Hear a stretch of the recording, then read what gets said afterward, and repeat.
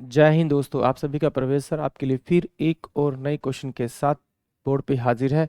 ये भी क्वेश्चन 2016 में आया हुआ है। जिस तरह से आप बोर्ड पे देख रहे हैं 2016 में क्वेश्चन आया हुआ है। और इस क्वेश्चन के अंदर पूछा गया है कि भाई A can do as much work in 4 day as B can do in 5 days. A जितना काम 4 दिन में करता है उतना ही काम बी 5 दिन में करता है। फिर कहा गया है कि और बी यदि 6 दिनों में, बी जो है 6 दिनों में जितना काम करता है उतना ही काम सी 7 दिनों में करता है। तो पूछा गया है कि सी उस कार्य को कितने समय में पूरा कर सकेगा जिसे एक सप्ताह में पूरा करेगा। चलिए तो देखते हैं पहले इसमें क्या कहा गया है कि भी ए जो है मेरे पास में और ये मेरे पास बी है। यानी ए अगर 4 दिन में इतना काम करेगा तो बी कितना करेगा मेरे पास में आपका 5 करेगा। तो अगर इसका मैं ए और बी का अगर रेशियो निकालूं तो ये मेरे पास में 5/4 आ जाएगा। अब बी और सी का दे रखा है। बी इसे कितने दिन में करता है, बी 6 में करता है। बी इसे 6 में करता है तो जो मेरे पास सी है वो कितना करेगा, 7 करेगा। तो बी बाय में जो सी दे रखा है वो मेरे पास 7/6 दे रखा है। ठीक है, तो इन दोनों को पहले हम रेशियो को इक्विवेलेंट कर लेते हैं। ए बी सी का रेशियो निकाल लेते हैं कि ए बी सी कितना काम करते हैं।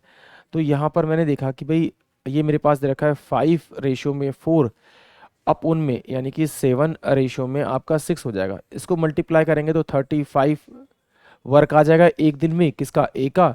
इसको इससे मल्टीप्लाई करेंगे तो 28 आ जाएगा बी का, और ये हो जाएगा आपका 24 सी का। ये ए का एक दिन का यूनिट है, ये बी का एक दिन का यूनिट है, ये सी का एक दिन का यूनिट है। अब मुझे क्या काम कराना है, ए से 7 दिन काम कराना है। ये ए का काम कितना है एक दिन का, 35।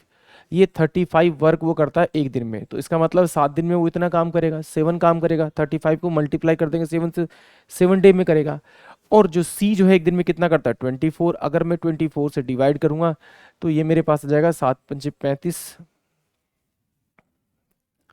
ये आ जाएगा मेरे पास में आपका 7×5 = 35 और 3×7 = 21, 21 और 3 = 24, यानी कि 245/24। अगर मैं इसको डिवाइड करूंगा तो मेरे पास आ जाएगा 10/5/24। ये मेरा आंसर होना चाहिए ऑप्शन में। चलिए देखते हैं क्या ऑप्शन में है। यस, ऑप्शन में क्या है मेरे पास में, ऑप्शन जो ए है वो मेरा इसका करेक्ट आंसर है। So thank you so much, I hope आप सभी को समझ में आया होगा।